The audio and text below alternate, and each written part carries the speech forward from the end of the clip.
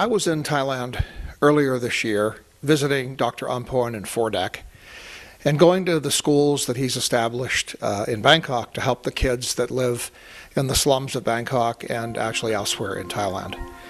Even though I was in the Peace Corps in Thailand for quite a few years and have seen a lot of poverty, I can tell you that this was truly shocking to see how these kids that range from a year old to 9 or 10 years old, how they live and where they live.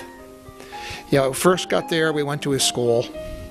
You can see in this video these happy kids wearing school uniforms, eating lunch and living what looks like a pretty ordinary life of a child.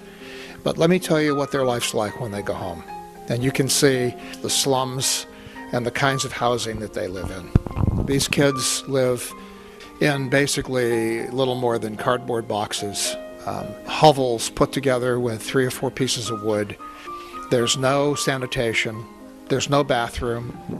They eat whatever they can pick out of the garbage, or maybe somebody gives them some food. They have bedding, that's a blanket maybe, and that's about all that they have. Now this is true poverty. Dr. Amporn, who started these schools a few years ago, has pretty much spent all of his 72 years helping these kids in Thailand. He doesn't just help the kids, he helps the families, he works with the government, he's working with the community to try to make a significant change in what goes on in their lives. So he goes out into these slums, he locates the schools pretty much in the slums, and he builds in these slums a happy, quiet place, a school for these kids to come to.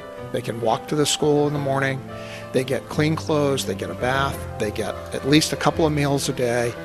The young kids get milk, they learn to read and write. He gets them educated. He teaches them about hygiene and the basics of good health and good food. He teaches them not to eat garbage. He teaches them why they shouldn't walk in polluted water or drink it. And this is all stuff that these kids have not learned from their parents. His staff itself is very tiny. Some people get paid, but they're all paid out of the funds that people like you and I donate to the cause. His offices are Spartan, so every dollar that we can come up with to donate to him goes directly to these kids.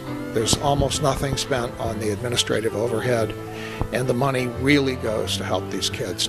My 2 or 3 days in Thailand were truly an eye-opener, truly made me a much stronger believer than I was even before in what he's doing and the need for the money that you and I can donate to him.